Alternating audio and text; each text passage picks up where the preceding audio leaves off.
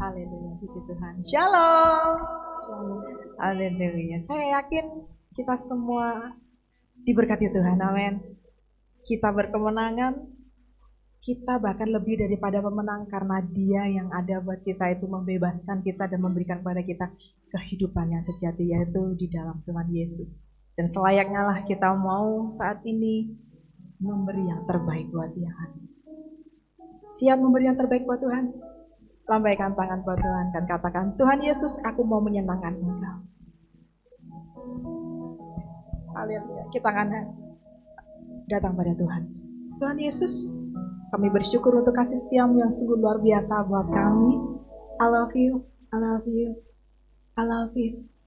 Terima kasih Tuhan Yesus untuk semua hal, untuk kasih-Mu yang tak terbatas buat kami. Karena anugerah-Mu itu cukup buat kami, karena Engkaulah, kasih-Mu itulah yang menjadi kemegahan buat kami. Segala puji syukur hanya bagi-Mu Tuhan Yesus. Sucikan, kuduskan, layakkan kami dengan kuasa darah-Mu, sehingga kami layak datang di hadirat-Mu, di ruang maha kudus-Mu, untuk memberi yang terbaik kepada Raja di atas segala raja. Terpuji ternama Engkau di atas segalanya. Di dalam nama Tuhan Yesus kami telah berdoa dan mengucap syukur. Haleluya. Amin. Dialah Tuhan kita, Dialah yang menjadi pribadi, yang menjadi Bapa buat kita, Dia menjadi sahabat buat kita, dan Dia menjadi kekasih kita. Yesus kekasih jiwaku. Aku mau memuji mengagungkan Engkau Tuhan Yesus, karena Engkau layak diagungkan di atas segala.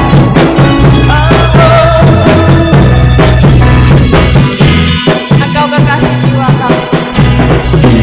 Terima kasih untuk kasih anugerah-Mu yang luar biasa buat kami. Ini kami, ini hidup kami mau persembahkan untuk Tuhan.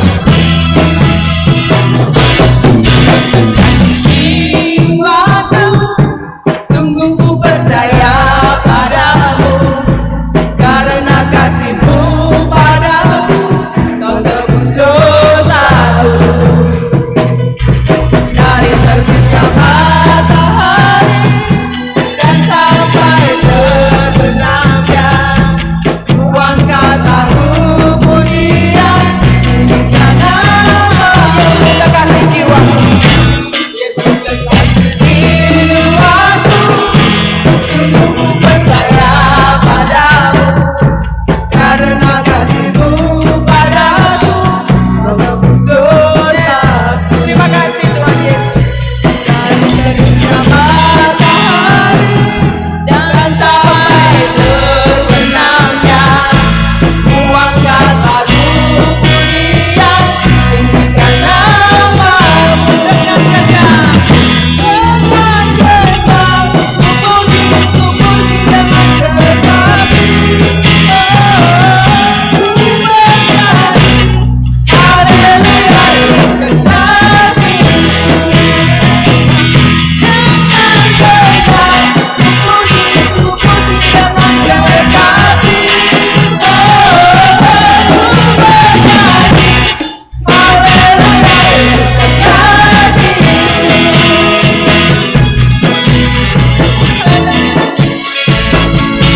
Engkau kekasih jiwa kami yang menjadi damai hati kami, Tuhan Yesus. Katakan aja hati.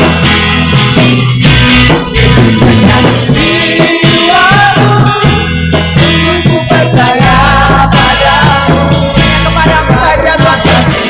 Kami tahu kepercayaan kami. Dosaku.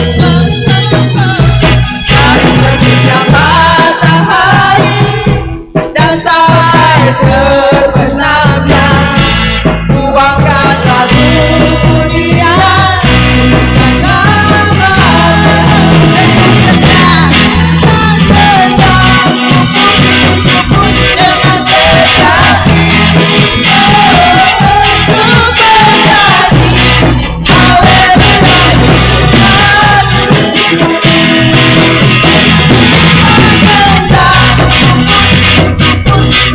kekasih.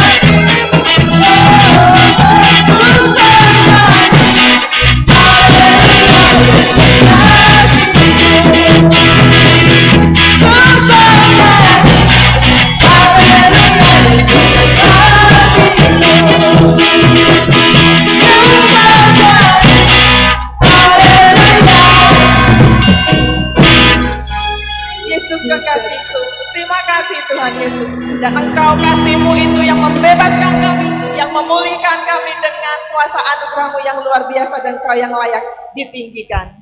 Ku dibebaskan, ku dipulihkan.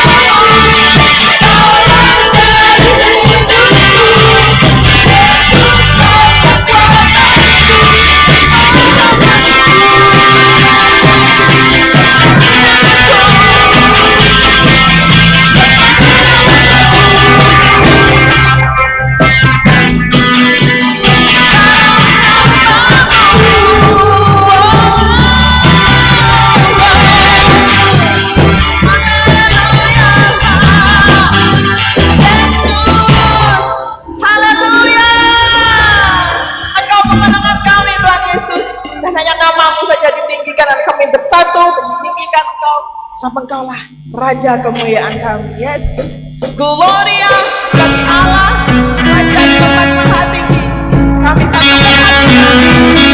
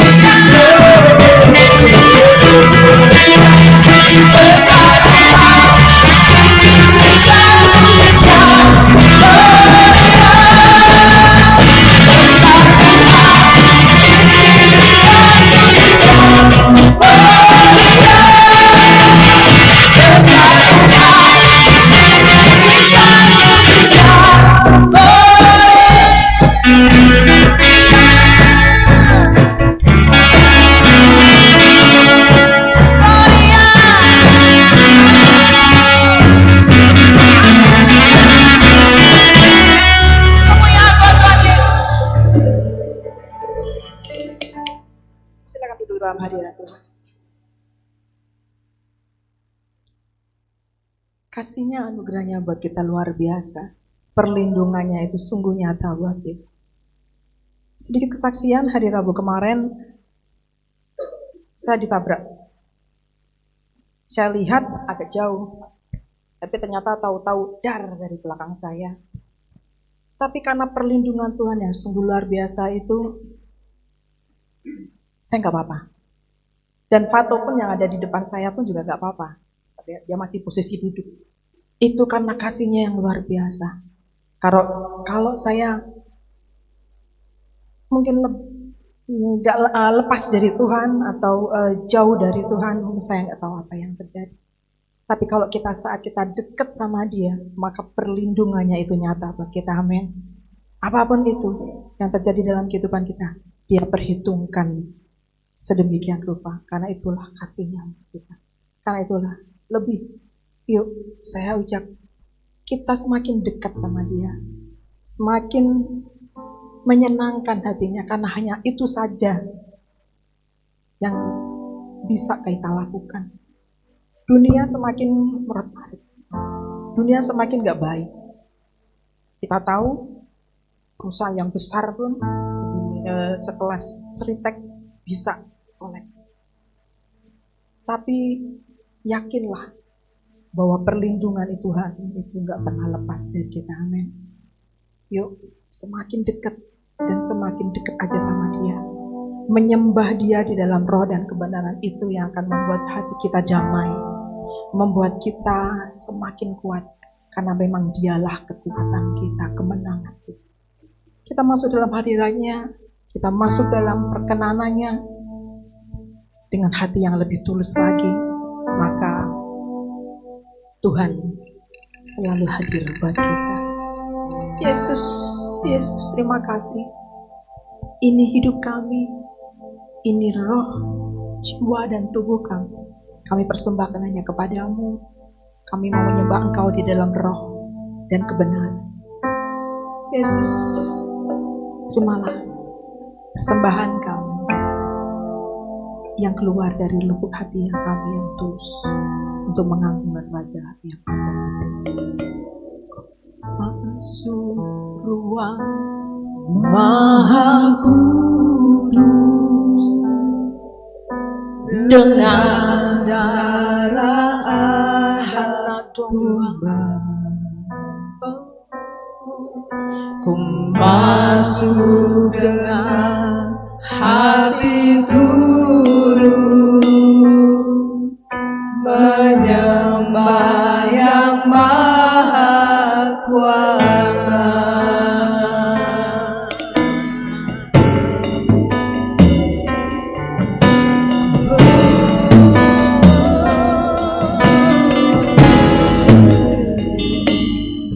Ku masuk ruang Maha Kuasa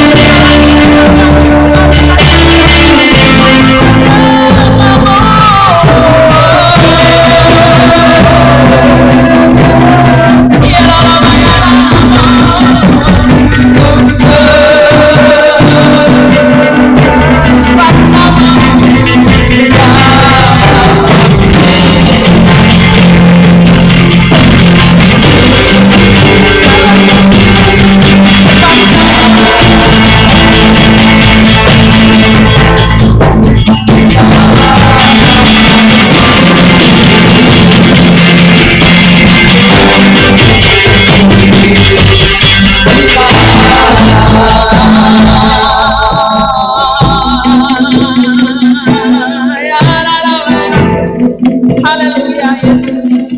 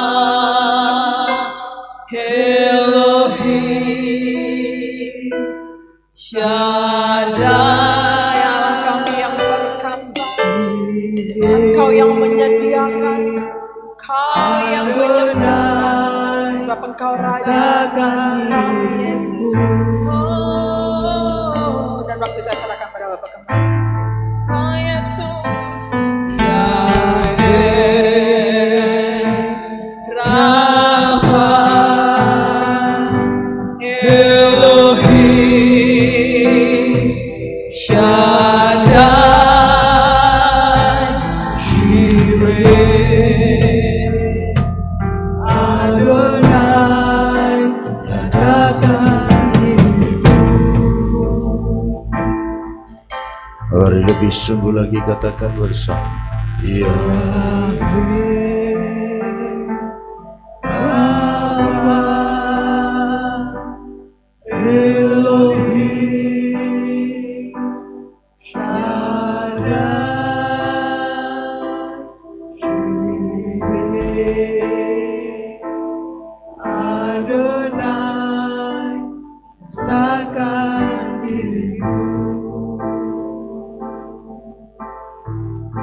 mari nikmati dan rasakan,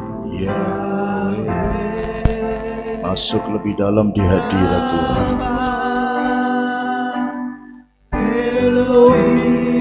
Biar Tuhan sendiri yang akan bekerja di tengah-tengah kita pada sore hari ini.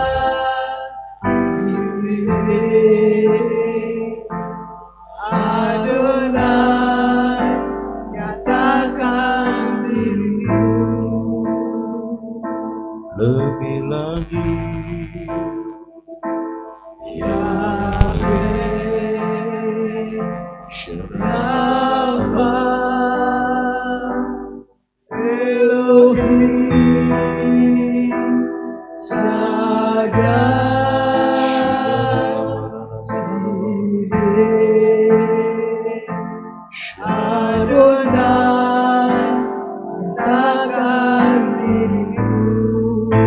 mari angkat hati, angkat suara kita lebih lagi buat Tuhan. Katakan,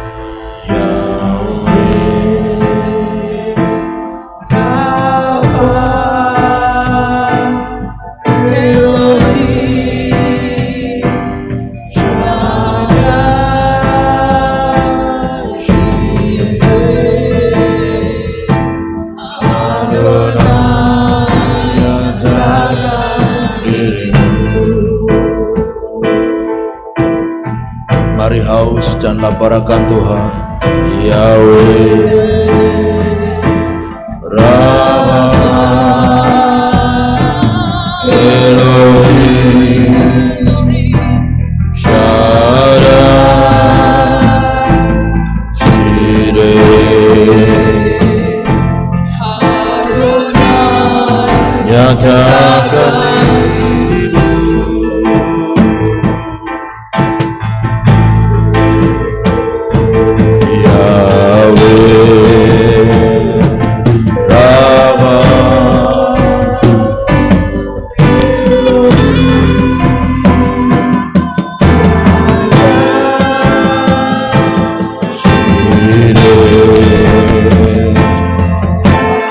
dengan segenap hati, jiwa, kekuatan akan budi kita, naikkan kepadanya dengan sungguh-sungguh.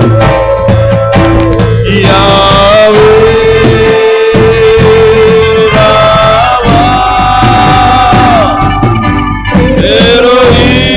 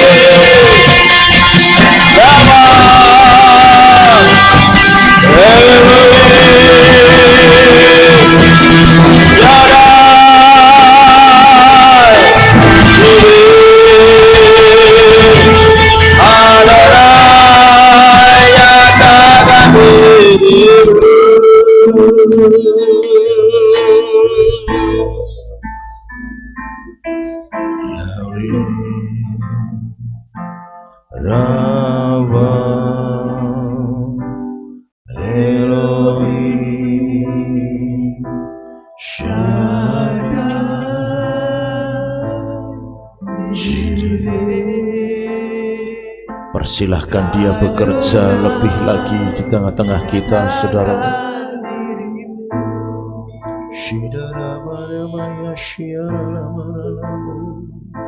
Yahweh Rafa Elohim Shaddai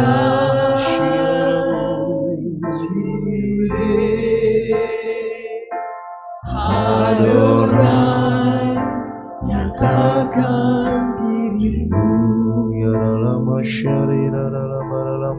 Mari masuk lebih dalam di hadirat Tuhan.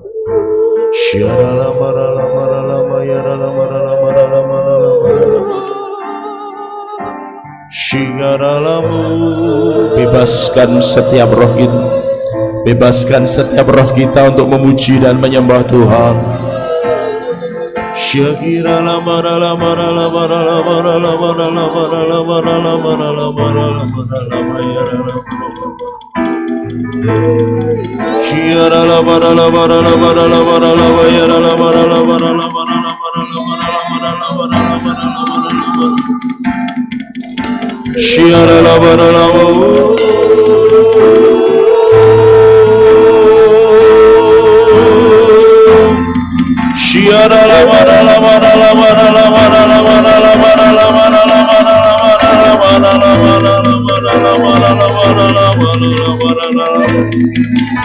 Mari lebih lagi berikan penyembahan yang terbaik buat Allah kita. Mari lebih lagi berikan penyembahan yang terbaik buat Allah kita. Angkat suaramu, angkat hatimu, sembah Tuhan.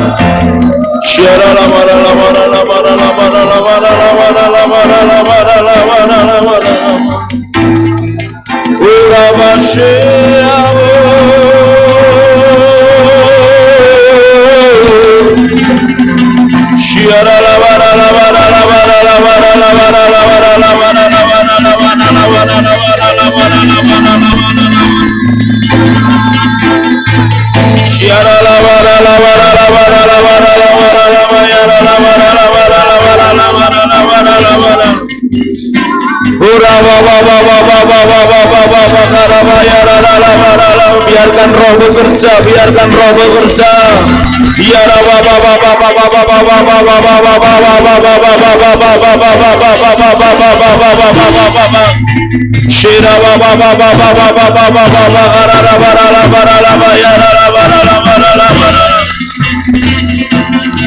Silakan Roh Kudus, ini waktumu, ini waktumu Roh Kudus. Bekerjalah, bekerjalah, bekerjalah. Lawat setiap umatmu, sama setiap umatmu. Api yang suci turun, turun, turun. Api datang, api datang, api dari surga turun. Shira baba baba baba baba baba baba baba baba baba. Shira baba baba baba baba baba baba baba. Ura baba baba shara bagara la bara la bara la bara la bara. Shira la bara la bara la bara la bara la bara la bara la bara. Shira la bara la bara la bara la bara la bara la bara la bara.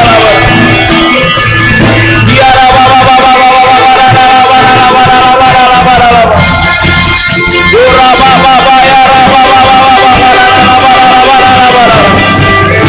lebih lagi buka hati buat Tuhan bekerja. Siara la bara la bara la bara la bara la bara la bara la bara la bara la bara. Siara la bara la bara la bara la bara la bara la bara la bara la bara.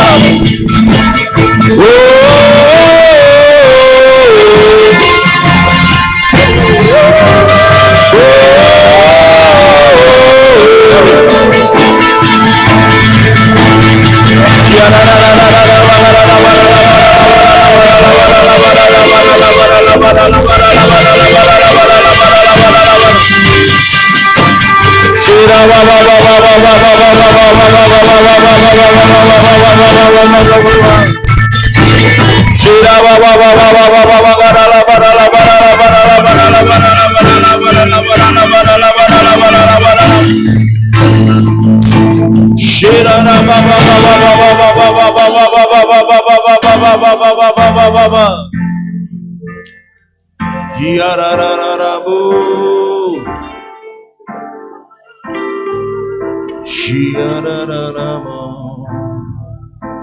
Yeshua HaMashiach, dwelling in this place, dwelling in my heart, Yeshua HaMashiach.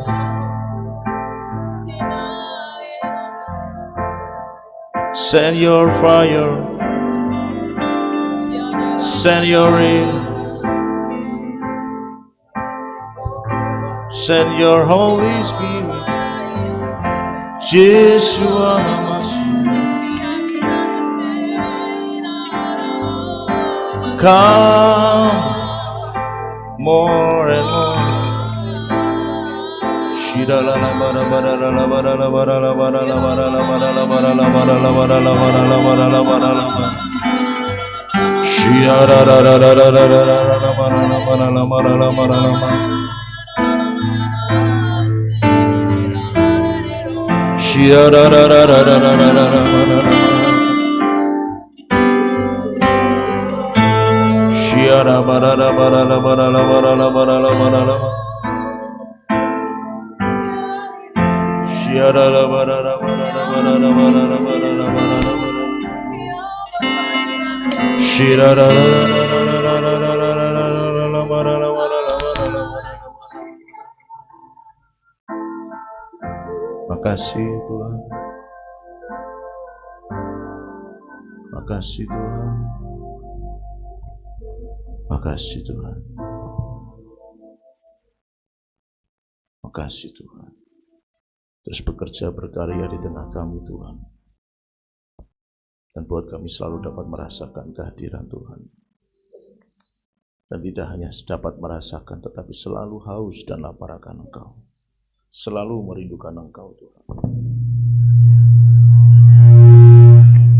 Selalu mendambakan Engkau Tuhan dalam setiap kehidupan kami. Terima kasih Tuhan, terima kasih Tuhan. Ini waktumu terus bekerja dan menilik setiap hati kami. Hancurkan semua yang tidak berkenan.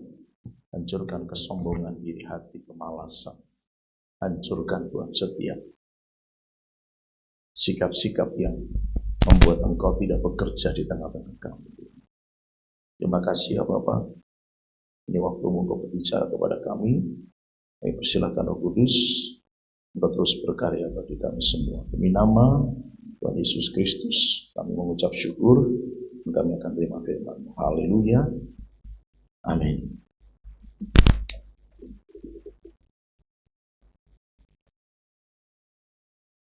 Baik Bapak Ibu Saudara, mungkin saya akan sedikit saja menyampaikan.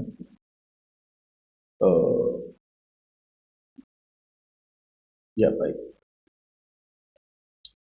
Kita langsung saja ya. Wahyu pasal 2 ayat yang ke-20. Nanti terkait dengan ini saya sampaikan beberapa hal yang saya rasakan tadi saat kita menyembah Tuhan. Kita masuk dulu di Wahyu pasal 2 ayat yang ke-20. Wahyu 2 ayat 20 atau dari 19 supaya kita bisa ingat konteks yang kemarin kita pelajari ya.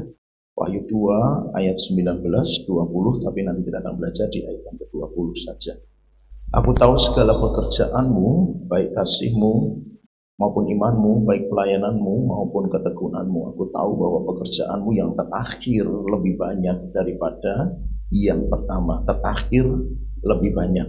Terakhir lebih banyak. Bukan menyusut, bukan berkurang. 20, tetapi aku mencela engkau. Ada hal yang tidak aku sukai, itu kata dalam bahasa aslinya begitu. Tetapi aku mencela engkau karena engkau membiarkan, engkau mentoleransi, itu kata yang tepat. Engkau membiarkan wanita Isabel yang menyebut dirinya nabiah, mengajar dan menyesatkan hamba-hambaku supaya berbuat zina dan makan persembahan-persembahan berhala. Sampai di situ saja. Saya masuk dulu ke bagian apa yang tadi saya rasakan, Bapak Ibu Saudara. Jadi saya ngomongnya gereja aja ya, tidak perseorangan di antara kita, karena sesungguhnya pesan ini bagi setiap gereja Tuhan dimanapun berada. Tetapi pada kesempatan ini konteksnya tentu buat secara langsung buat saudara yang mendengarkan firman Tuhan pada sore hari ini.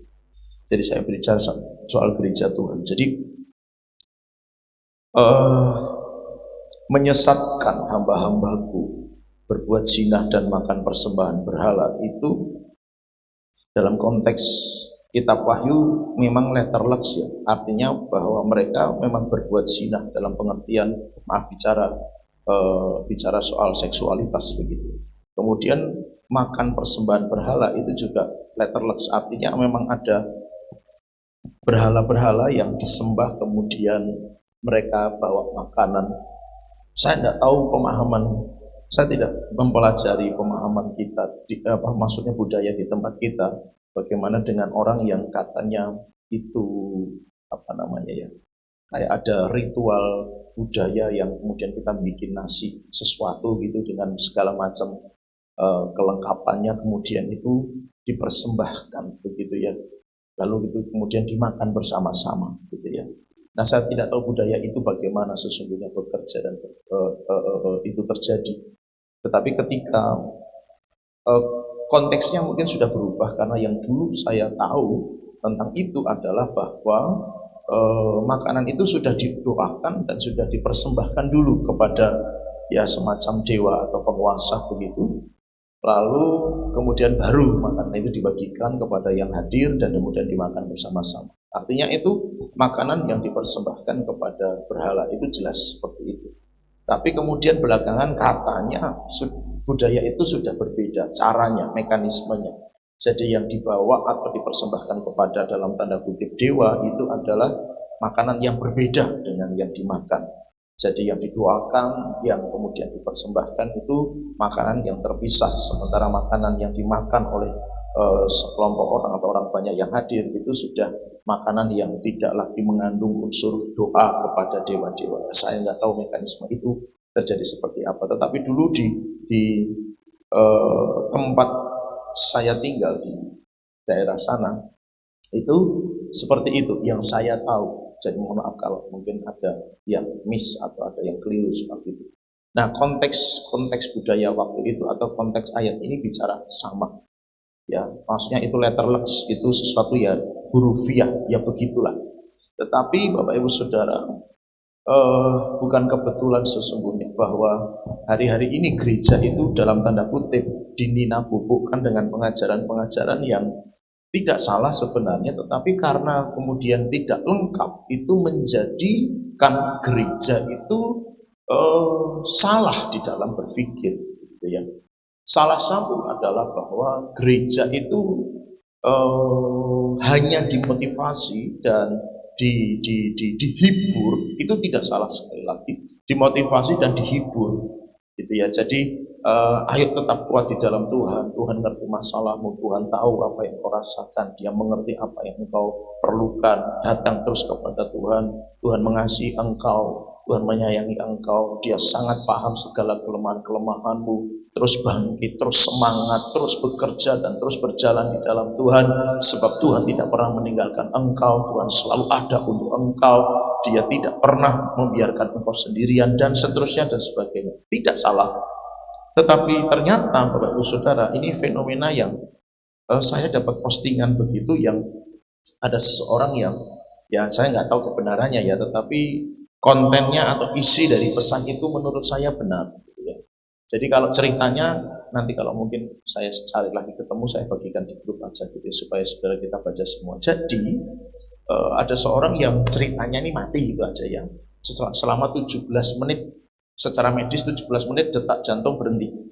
Kemudian di momen itu dia merasa bahwa dia mati, kemudian dia ketemu Tuhan, Tuhan kasih pesan sama dia.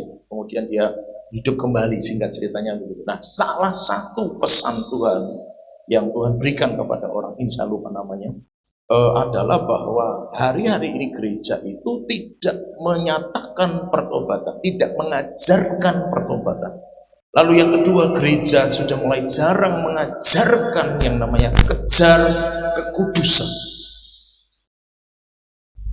Gereja itu bukan salah karena nyembahnya masih tetap kepada Yesus, tetapi karena kemudian gereja tidak mengajarkan pertobatan dan gereja tidak mengajarkan kekudusan, maka kemudian gereja itu seolah-olah seperti membiarkan dosa tetap berjalan.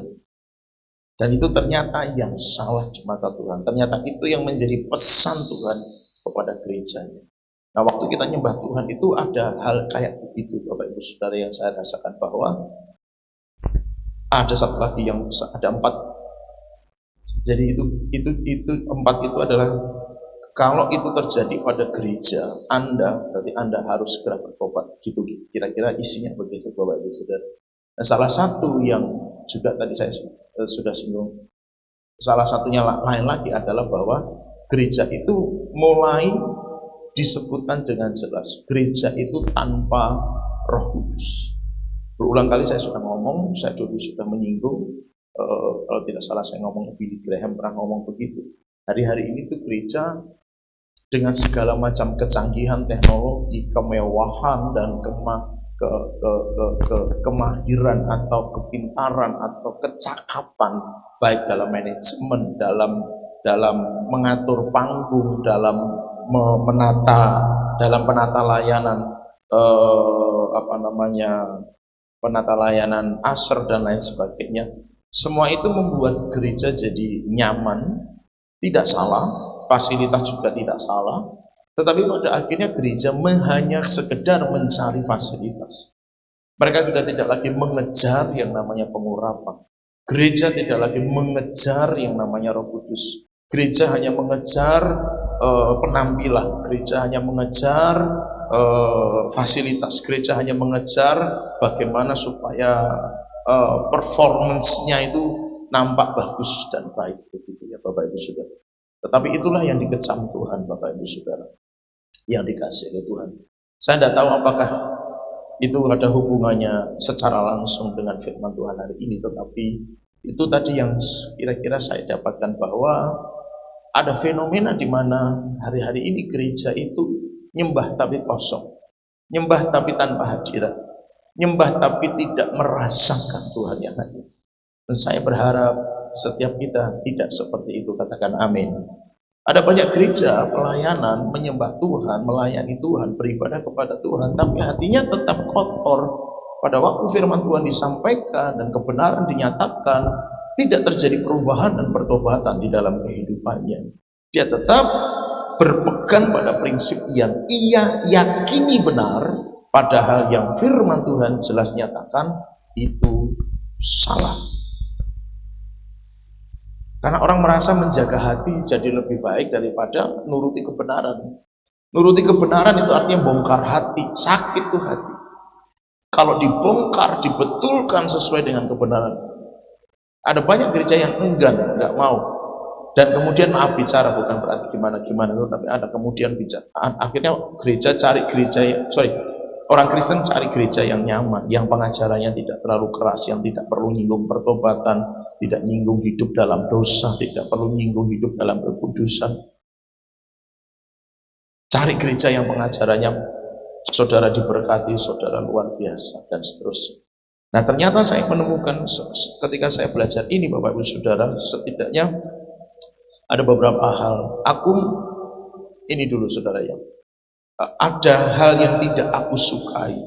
Kata mencela itu ya memang itulah yang terjadi sebenarnya, tetapi dalam bahasa aslinya lebih bermakna ada hal yang aku kurang pas, nggak cocok. Jadi Bapak Ibu Saudara perhatikan, kemarin kita belajar bagaimana Tuhan mengerti kasihnya, imannya, pelayanannya, ketekunannya, dan yang terakhir mereka bisa bekerja lebih banyak. Secara rohani mereka luar biasa, secara rohani mereka dahsyat. Tetapi ternyata ada titik-titik di mana Tuhan bilang sorry ya, tetapi ada yang tidak aku senangi. Jadi Bapak Ibu Saudara, ada satu kata yang saya simpulkan dari itu semua, sempurna.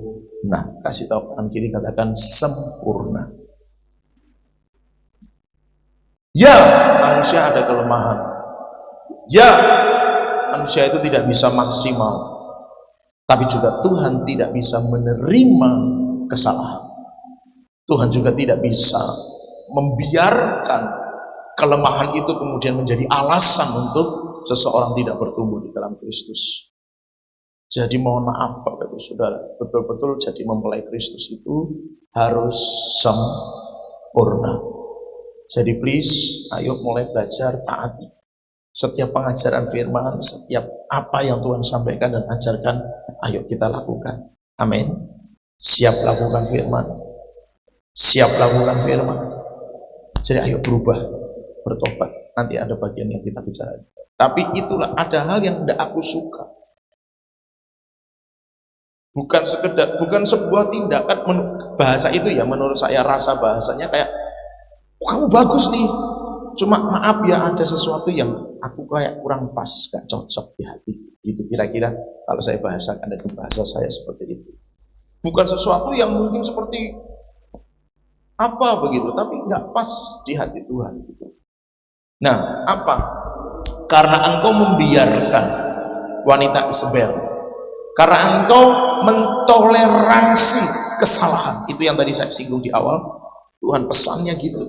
Ada dosa tapi gak mau dihajar, ada dosa tapi gak mau ditegur.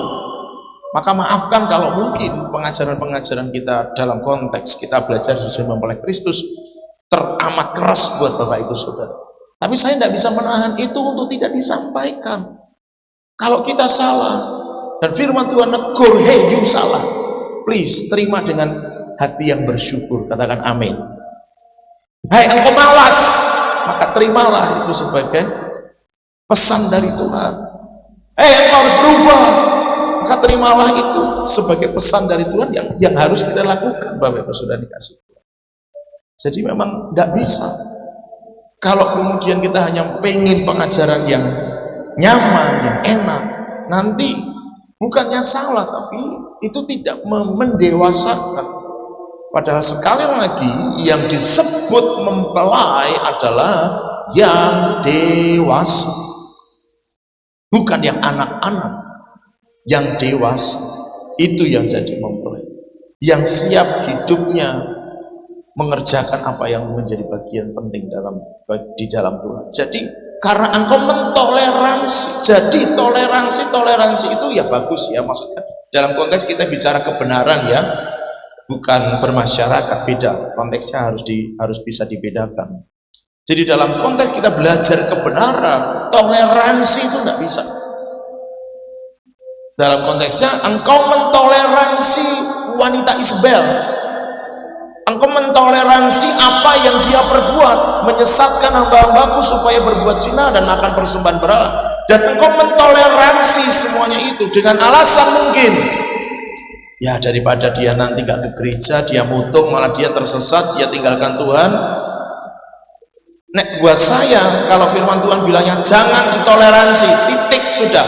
Masalah orang itu berkeputusan tinggalkan Tuhan, tinggalkan gereja, pindah gereja, itu urusan dia dengan Tuhan. Yang sepakat katakan haleluya. Kenapa? Karena gereja harus murni, gereja harus kudus, gereja harus sesuai dengan kebenaran. Maka semua yang tidak sesuai dengan firman tidak boleh ditoleransi. Karena engkau mentoleransi, itu yang membuat aku ada sesuatu yang tidak aku cocoki dengan dari kamu. Karena engkau mentoleransi kelakuan Isabel. Nah, Isabel ini bukanlah mengacu kepada kitab raja-raja yang itu jadi raja istrinya Ahab yang kemudian merebut kebun anggur Nabot gitu ya. Itu bukan wanita yang sama, juga ini juga tidak mengacu kepada satu orang di waktu itu ada satu orang yang namanya mungkin Isabel begitu, tidak. Ternyata beberapa yang saya baca itu tidak mengacu kepada pribadi satu orang, tidak, tetapi mengacu kepada sebuah tindakan yang salah. Jadi itu hanya simbolis begitu Bapak Ibu Saudara. Cuma nanti kita akan belajar lebih lanjut, itu mengerikan sekali ternyata. Jadi ini hanya simbolis. Nama itu dipakai sebagai sebuah simbol begitu.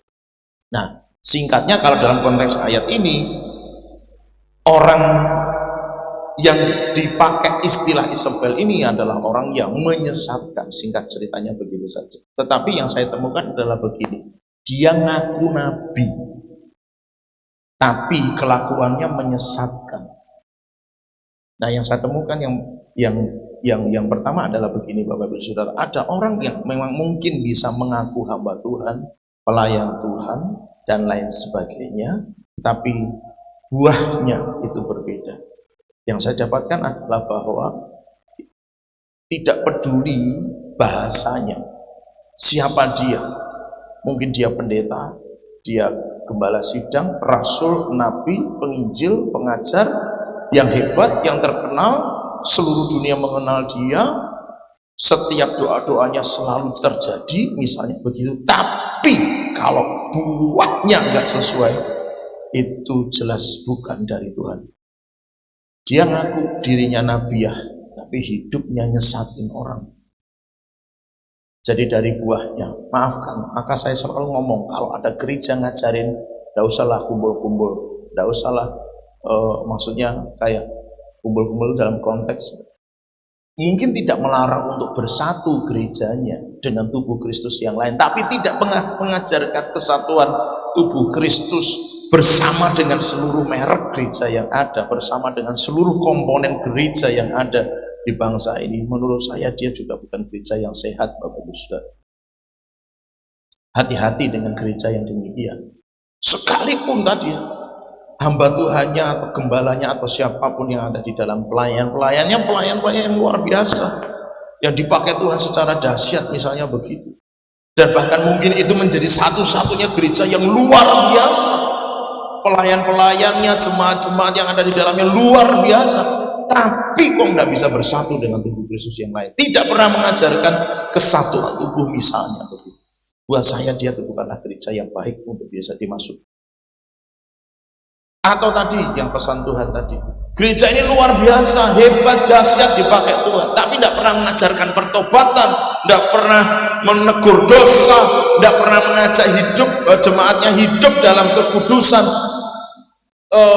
Kebenaran yang disampaikan hanya motivasi dan penghiburan sifatnya, maka menurut saya itu juga gereja yang kurang sehat, Bapak Ibu Saudara. Karena 1 Timotius 3 menyebut firman Allah ini bermanfaat untuk mendidik orang dalam kebenaran, juga menegur kesalahan. Setiap firman diilhamkan oleh Allah, salah satunya untuk itu. Jadi kalau firman tidak pernah ngasih teguran kepada yang salah, firman tidak pernah mengingatkan mereka yang kelakuannya sedang menyimpang, atau mengajarkan hidup dalam kebenaran yang radikal, menurut saya itu jadi gereja yang tidak sehat juga pada akhirnya. Jadi tidak baik untuk ada di dalamnya, karena itu berbahaya untuk jangka panjang. Jadi itu yang saya temukan dari kalimat ini tentang Isabel ini. Dia ngaku nabiah, buahnya tapi nggak ada. Maka Bapak Ibu Saudara, Yesus juga ngomong orang itu dilihat dari buahnya, bukan dari pohon. Pohonnya bagus, besar, nampak indah, luar biasa, tapi buahnya nggak ada. Maka maka pohon itu pasti akan ditebang, dan kalau sudah kering dia akan disampaikan. Kasih tahu kanan kiri, bilang mari kita berbuah. Jadi Bapak Ibu Saudara, nggak perlu minder, nggak perlu insecure dengan siapapun, katakan amin. Jangan sampai nggak pede ngadepin siapapun, katakan amin. Karena mereka itu cuman orang biasa, dalam arti begini, maksud saya tidak mengajari saudara sombong, mudah-mudahan jangan. Maafkan kalau kalimat saya salah mungkin. Tapi intinya adalah begini loh Bapak Ibu Saudara. Tidak usah minder dengan siapapun, atau gereja manapun, atau siapapun lah yang menurut saudara mungkin dipakai Tuhan luar biasa. Tinggal lihat buahnya bagaimana. Dan kalau saudara hidup dalam berbuah bagi Kristus, pede saja, katakan amin. Pede saja, karena saudara berbuah bagi Kristus. Itu intinya. Jadi tidak perlu yang gimana-gimana, saudara, yang takut, yang minder, yang sebagainya. Tidak. Sama kok kita. Dia berbuah, kita berbuah, itu aja. Justru kita kasihan kalau mereka nggak berbuah, gitu kan? Tapi tidak untuk menghakimi loh ya, jangan sampai itu jatuh dalam dosa penghakiman. Tetapi inilah yang penting untuk kita pahami. Dia ngaku pelayan Tuhan, dia ngaku hamba Tuhan, tapi buahnya tidak ada. Nah, Tuhan minta itu buahnya. Tuhan itu minta buahnya. Nah, yang kedua Bapak Ibu Saudara, yang Tuhan mau, Tuhan inginkan dari kita, maksudnya dari kisah Isabel ini adalah bahwa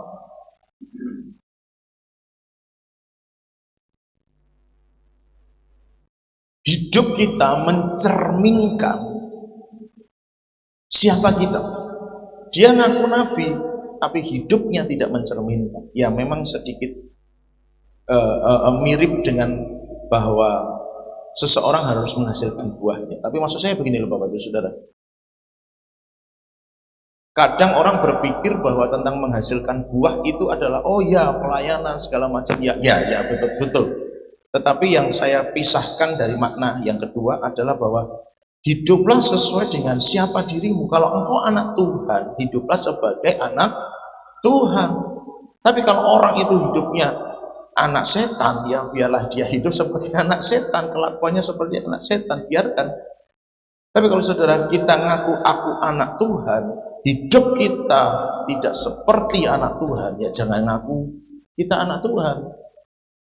Atau saya kasih istilah lain, kalau kita ngaku kita Kristen, kelakuan kita nggak Kristen, hidup kita nggak Kristen, jangan ngaku kalau kita Kristen. Haleluya, haleluya.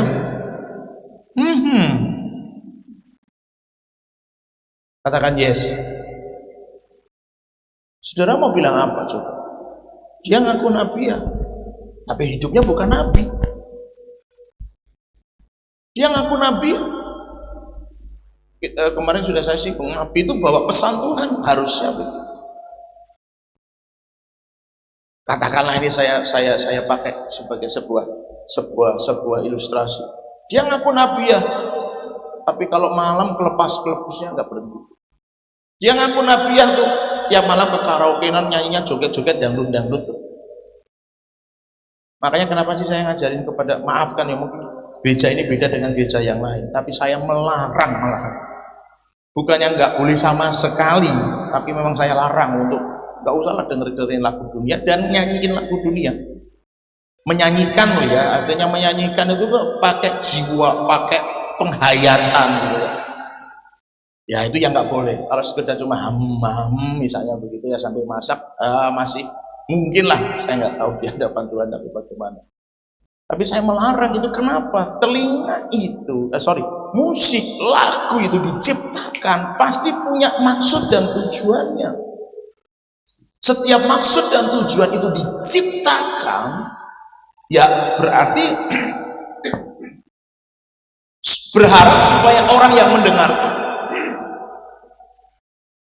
mengerti pesan yang disampaikan dari sebuah lagu. Kalau lagunya patah hati, pesannya berarti patah hati. Anda dengerin lagu patah hati, apa yang terjadi? Mudah patah hatinya. Dan seterusnya lah, silahkan. Makanya saya selalu ngomong jangan, apalagi pelayan-pelayan, imam musik, imam pemuji. Diadopsi karakter musiknya boleh, tetapi tidak seluruh karakter musiknya boleh dimainkan. Makanya saya selalu melarang, jangan, nggak usah. Ya memang bahasanya nggak boleh gitu ya. Cuma kalau saya bilang nggak boleh gitu, kayak ini aturan apa begitu kan saudara. Tapi itu yang saya dapatkan. Masa saudara juga nggak mau percaya omongan saya gitu. Saya dapatnya begitu gitu loh saudara. Telinga ini pintu, mata ini pintu.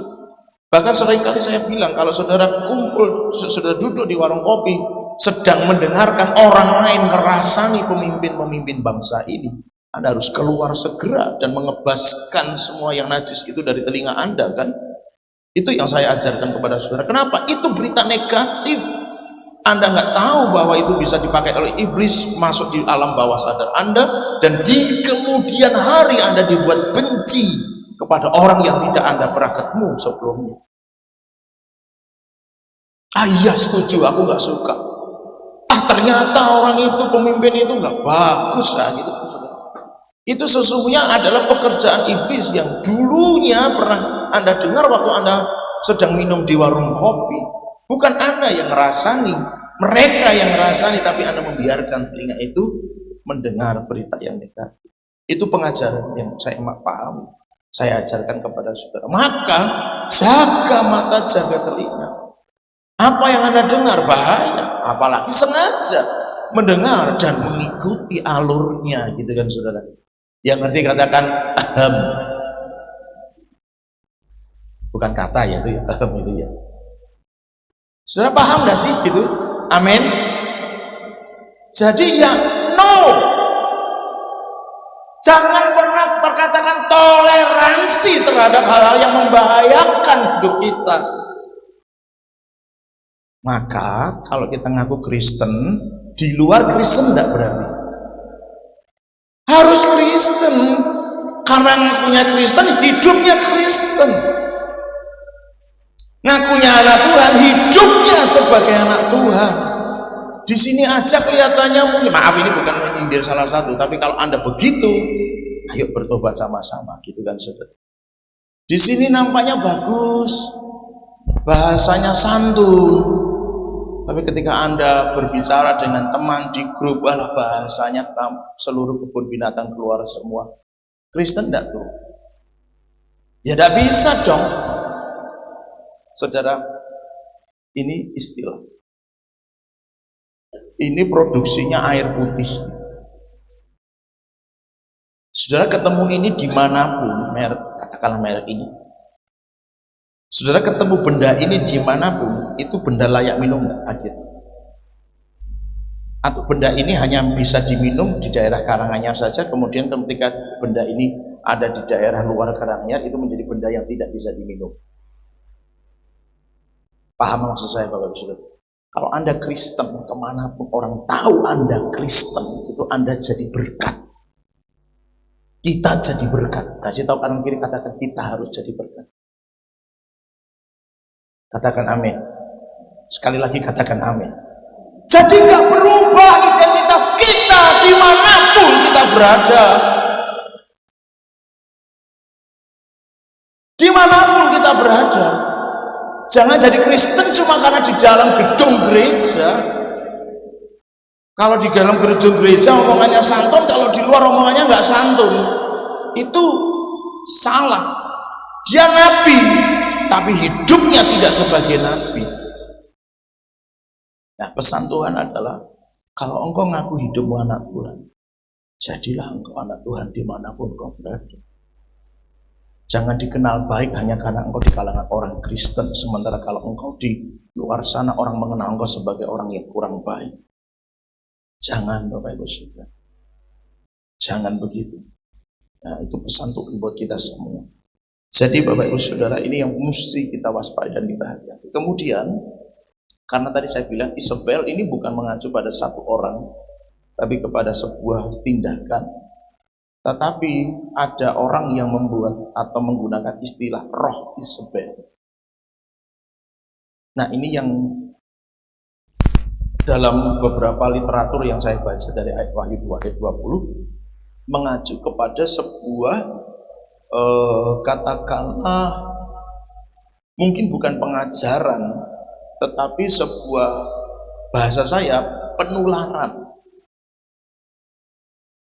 Tidak semata-mata kamu tidak usah ke gereja, itu kan misalnya begitu konteksnya. Kamu makan saja persembahan berhala, mungkin tidak akan terjadi di pengajaran di mimbar begini kan. Kamu bersinahlah, kan nggak mungkin begitu kan. Dalam nama Yesus, tidak mungkin berita itu disampaikan di mimbar. Tetapi spiritnya membuat orang lain jadi ngalami. Nah, itu yang disebut roh Isabel. Tidak semata-mata memang diajarkan dan diperintahkan untuk melakukan itu. Tidak. Tapi spiritnya mempengaruhi. Ini yang perlu kita waspadai tadi saya katakan. Ada banyak gereja hari ini cari yang nyaman. Loh, tapi itu Pak, gereja itu begini, tambah luar biasa, tambah besar, tambah banyak jemaat. Oke, tidak apa-apa. Kan masing-masing punya panggilannya sendiri. Yang penting mari lihat buahnya. Yang penting mari kita lihat apakah kalau dia diajak bersatu sebagai tubuh Kristus bisa atau tidak. Atau dia menjadi gereja yang maaf bicara mungkin eksklusif. Karena saya memperhatikan Bapak Saudara ada beberapa gereja cukup besar hanya mau bergabung ketika memang dari tempat gereja ini diminta untuk pelayanan, baru dia mau bergabung. Tapi kalau nggak ada yang pelayanan, tidak berangkat. Ya menurut saya ini menjadi tidak sehat. Tapi bagaimanapun dia ada tetap keluarga kita dalam konteks pengertian tubuh Kristus, dia juga saudara kita, kita nggak bisa terlalu menghakimi atau kita terlalu menyalahkan atau kita terlalu mencibir dia, nyinyir terhadap dia. Kita tidak perlu mengunggah di media sosial kita tentang dia, karena bagaimanapun dia tetap keluarga kita. Ya yang harus kita lakukan hanya tinggal berdoa supaya seluruh tubuh Kristus bersatu, katakan amin. Jadi Bapak Ibu Saudara, bicaranya adalah atmosfernya, spiritualnya. Sebenarnya ini tidak semata-mata pelajaran Kristen, dalam arti begini, maksudnya ini tidak hanya sekedar muncul dalam pengajaran Kristen bahwa pergaulan yang buruk merusak kebiasaan yang baik. Tetapi banyak motivator-motivator secara sekuler, dia setuju dengan, walaupun bukan ayatnya, tetapi prinsipnya, nilainya. Kalau Anda berkumpul dengan orang malas 1 jam saja, Anda pulang pasti jadi malas. Anda berkumpul 1 jam saja dengan orang-orang yang suka mengumpat atau bersungut-sungut, Anda pulang sudah jadi orang yang suka mengumpat dan bersungut-sungut. Artinya apa? Ini motivator sekuler loh ya. Mereka percaya kalau Anda mau kaya, Anda harus kumpul dengan orang-orang kaya. Kalau Anda pengen sukses, Anda harus kumpul dengan orang-orang sukses. Gitu saudara. Itu padahal motivator sekuler. Bukan firman yang dia sampaikan. Maksud saya begitu. Tapi itu sangat diakui.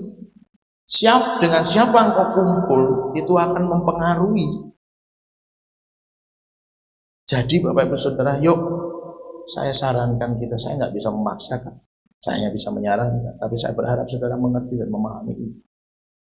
Waktu kita nyembah Tuhan, Tuhan bicara sangat kuat terhadap kita. Mungkin tidak hari ini saya sampaikan, kita lanjut minggu depan saja.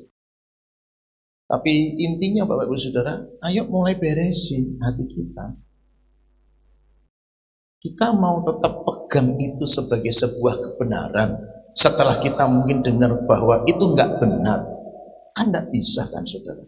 Kita mesti berubah, kita mesti meninggalkan semua yang salah. Karena enggak bisa kita akan tetap hidup di dalamnya dengan apa yang kita rasa itu benar. Sementara sudah dikasih tahu itu salah. Enggak bisa Bapak Ibu Saudara.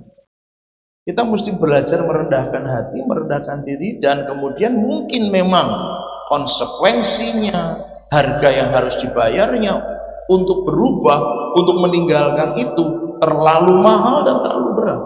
Tapi demi hidup kita menyenangkan hati Tuhan, maka saya berharap kita bisa ambil sikap untuk kita lebih memilih menyenangkan hati Tuhan.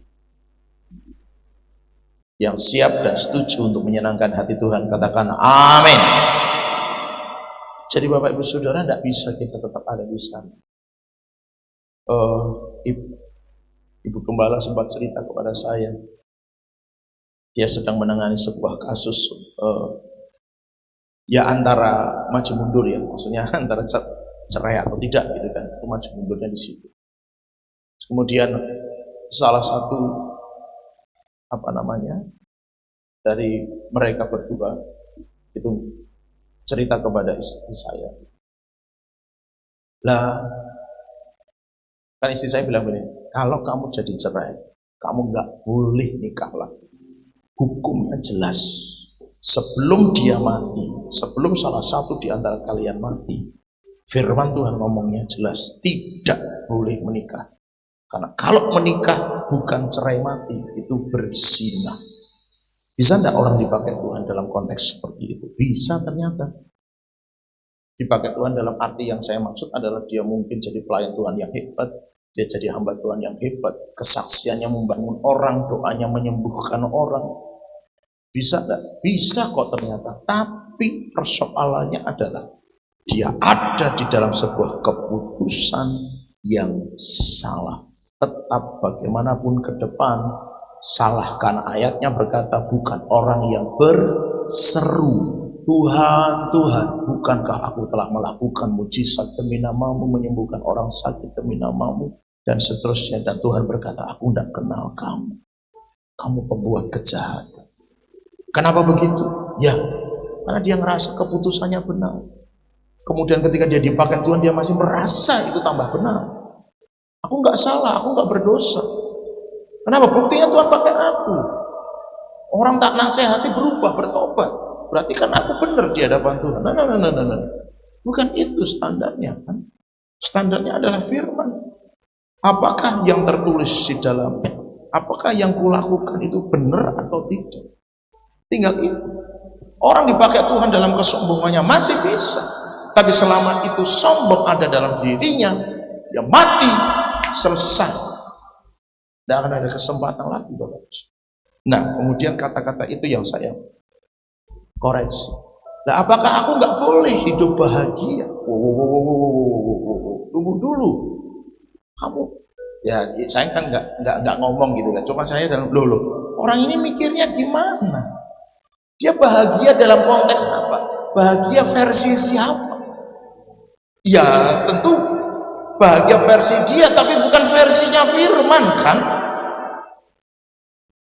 Dia pengen bahagia karena hatinya kan, bukan kebenaran. Firman Tuhan pernah ngajarin kalau kamu ditinggalkan, hiduplah terus di dalam keadaanmu itu. Tuhan pasti akan kembalikan. Jadi Bapak Ibu Saudara, tidak ada keputusan yang bisa dibenarkan di hadapan Tuhan jika itu memang salah. Atau mungkin kamu, loh Pak, nyatanya setelah aku gini, hidupku jadi lebih baik, lebih aman, lebih sukacita, lebih damai sejahtera, lebih diperhatikan dan bla bla bla bla bla. Maaf, tapi keputusan itu tetap salah. Itu mengikat keputusan yang salah. Atau katakanlah itu hal yang lain, misalnya kalau tadi kan contohnya pernikahan, perceraian. Misalnya yang lain, keputusannya tetap salah. Bahkan ada orang seperti misalnya kami, para pelayan-pelayan Tuhan, entah itu pengajar, penginjil, dan sebagainya, dipanggil untuk jadi gembala, dia milih jadi penginjil. Masih melayan Anda? Halo? Masih pelayan Anda? Mas? Tapi kalau aku dipanggil jadi gembala, tapi aku milih jadi penginjil, salah enggak saya? Saya salah. Masuk surga enggak? Kalau salah itu di hadapan Tuhan, ya salah. Maka jangan dilihat nabiahnya, dilihat buahnya. Lihatlah diri kita ada dalam panggilan Tuhan atau tidak. Atau sesungguhnya Tuhan pengen di sini, kita ada di sini.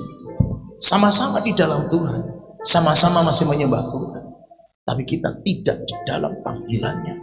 Kita menyimpang dari panggilannya.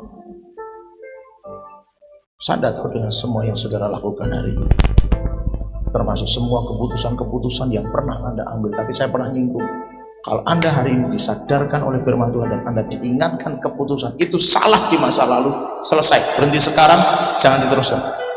Anda keluar dari keputusan itu, Anda kembali keputusan yang lain. Kembali pada apa yang Tuhan minta dalam hidup. Jangan dilanjutkan. Bahaya.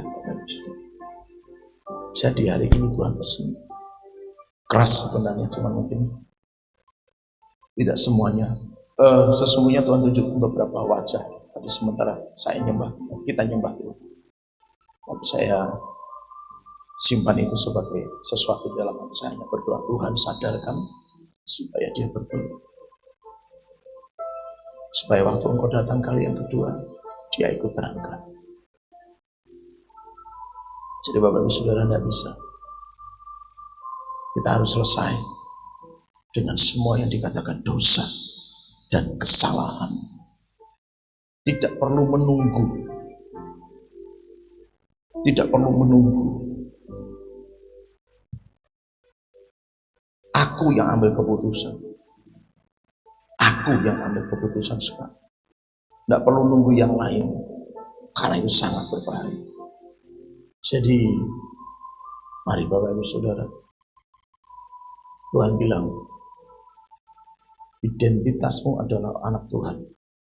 Identitasmu adalah orang Kristen. Dimanapun kau berada, engkau harus tunjukin bahwa engkau Kristen, bahwa engkau anak Tuhan. Jangan pernah ikut-ikutan dengan yang lain, karena itu sangat berbahaya. Mari sama-sama kita datang pada Tuhan dan persiapkan diri kita untuk kita masuk dalam perjamuan kudus. Haleluya. Tuhan, inilah kami. Para pelayan saya persilahkan maju.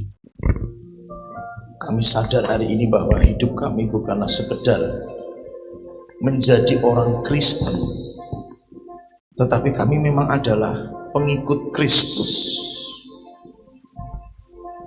Maka hari ini Tuhan, sadarkan kami. Tuhan, kalau hari ini kami ada di dalam sebuah keputusan yang salah, ampuni kami. Kami bertobat. Kalau Tuhan suruh kami harus keluar hari ini karena itu salah, kami akan keluar dari keputusan itu. Dan kami akan mengambil langkah untuk kembali pada apa yang menjadi panggilan Tuhan buat kami. Sekalipun konsekuensi dan resiko mungkin berat, tapi kami siap karena kami tahu itu jauh lebih menyenangkan hati. Olehnya persekutuan dengan tubuh darah Kristus kiranya membuat kami semakin mengerti bahwa kami nggak bisa hidup dalam manusia lama kami, pikiran lama kami, karakter-karakter yang lama dari hidup kami. Kami akan mengambil langkah untuk kami ambil hidup yang lebih baik, lebih benar, hidup yang lebih baru lagi, diperbaharui lagi di hadapan Tuhan. Bapak Ibu Saudara, saya berharap saat kita terima perjamuan kudus, persiapkan diri kita untuk kita sadar dan bertobat. Persiapkan diri kita untuk kita ngerti bahwa hidupmu adalah milik Tuhan. Kristus ada di dalammu, dan itu artinya kemanapun engkau pergi, engkau harus nampakkan Kristus itu dari dalam dirimu. Maka jangan pernah lagi serupa dengan dunia ini. Menyenangkanmu, senangkanmu, hanya